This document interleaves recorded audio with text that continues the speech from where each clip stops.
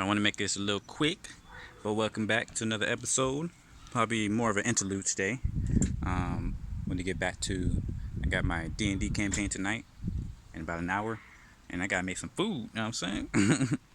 but sorry I didn't get a chance to show off the prototypes. I'll do that tomorrow morning. Make sure I wake up early and do that.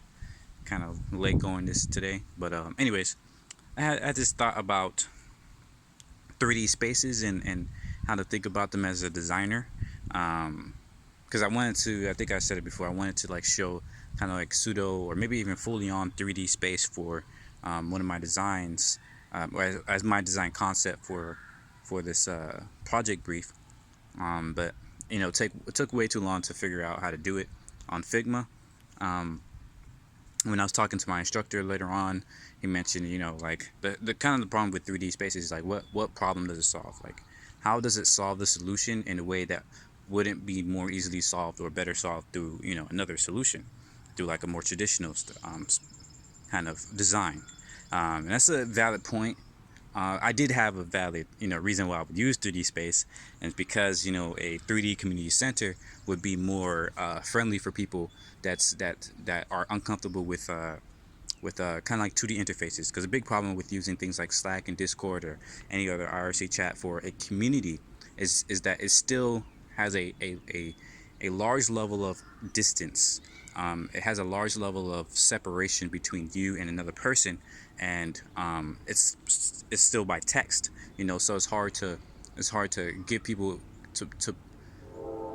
to translate that nuance that you need, to translate the amount of feelings that you need. And yes, emojis does go a long way in that.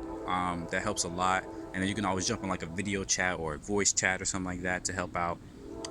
But it's still difficult, you know.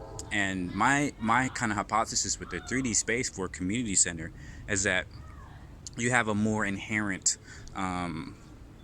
system. You have a more 3D spaces are just more intuitive for us, because we live in 3D. That's where we grow up in. And it is difficult to do it on the desktop without like VR.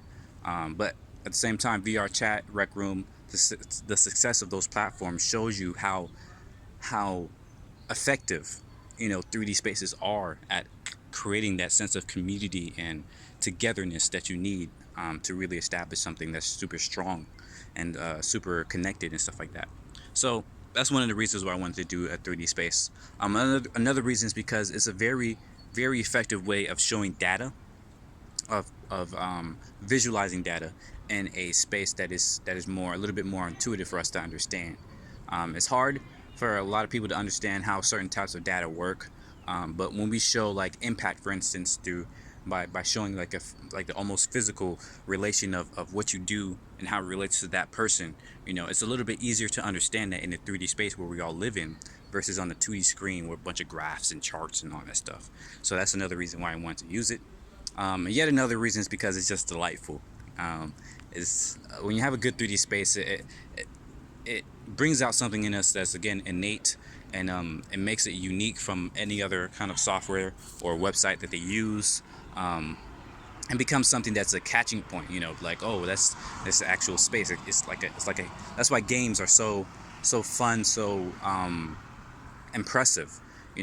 As a design thing, if you look at a game as a design problem, or a design solution, it solves people's problems in a way that is less based on like less based it's kind of based on entertainment, but it's a lot more than that. A good game, or even just a virtual space, like VR chat once again, is it solves the solution of enjoying where you're at, enjoying who you're talking to, and enjoying the space itself.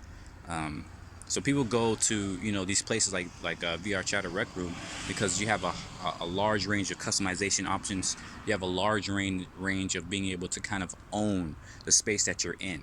And that goes that's a very important point for the LGBTQIA plus community and any other underrepresented communities, because they really want to own the spaces that they're in rather than just rent them or just be in somebody else's space that kind of loaned it out to them.